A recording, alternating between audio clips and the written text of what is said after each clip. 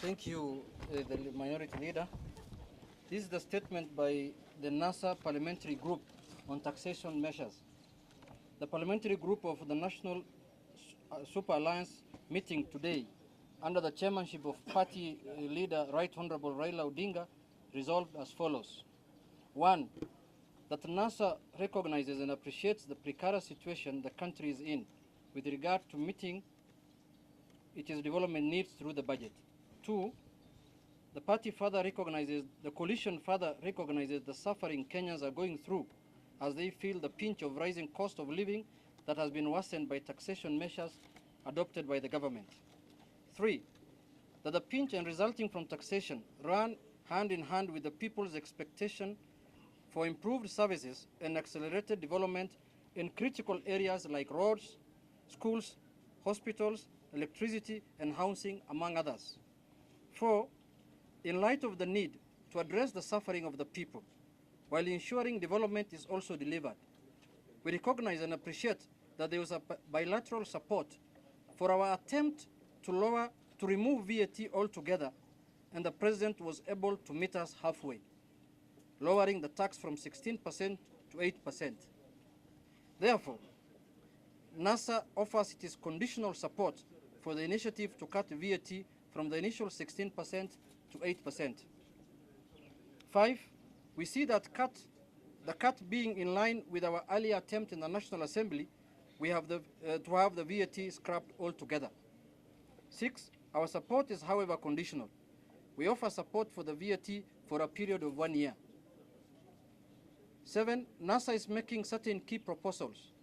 If the government makes a genuine effort to implement those proposals, we will agree to sit down and negotiate the extension of VAT for another year if that will still be necessary.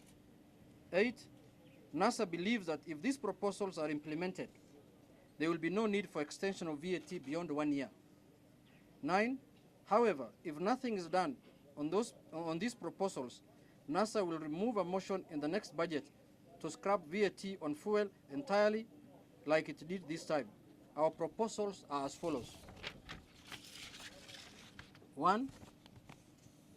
During this 1 year, we would like to see genuine austerity measures across the board. These austerity measures must include A. Elimination of extravagance. All public expenditure should be economical and be sensitive about the harsh financial times. We don't want to hear of people traveling first class on public funds because of medical conditions. B. Elimination of waste. We must now make a genuine attempt at eliminating waste in government. There are too many practices and purchases that are wasteful because they are necessary or duplicative and often simply egoistic. We want to see families across the country. We want to see the government live within its means. The government has to do what Kenyan families across the country are doing, which is to cut what we can't afford.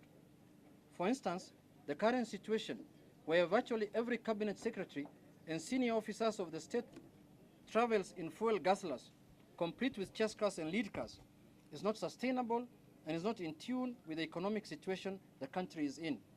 It must end with immediate effect and help the country save money. Completion of parastatal reforms. The government committed to reform parastatals by eliminating unnecessary ones and merging others. This should be completed as soon as possible. The government must tame its appetite for big borrowing. We are borrowing far too much at very oppressive terms. We must freeze any further borrowing, take stock of what we are, how sustainable the current borrowing is, and resume borrowing on a more sustainable premise. The government must also tame its ambition of infrastructural projects. There are too many projects being launched left, right, and center. We need to have less on these projects and come up with more social welfare projects that affect the people more directly in their lives. We need the government to unveil a clear plan that will lead to new jobs for the unemployed and cut taxes for small businesses. As a coalition, we will support such a plan when brought to Parliament.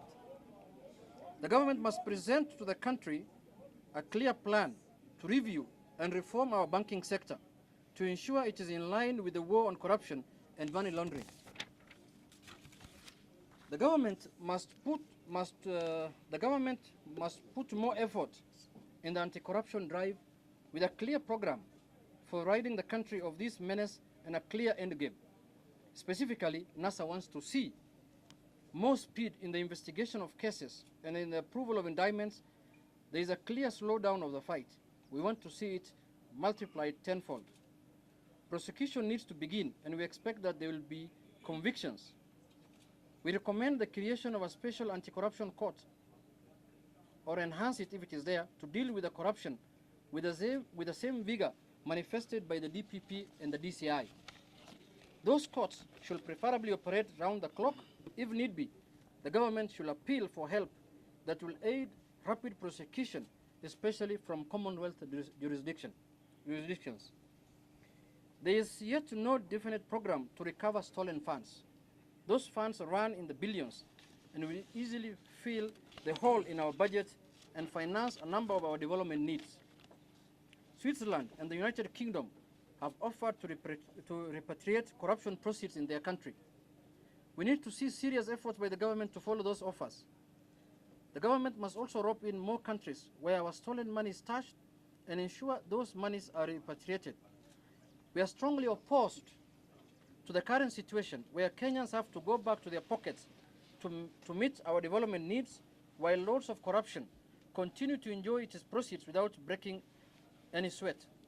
The lords of corruption got us into this mess in the first place, and we must recover our money from them and plug these budgetary gaps. We want to see as well a well thought out and effective multi-agency asset recovery initiative.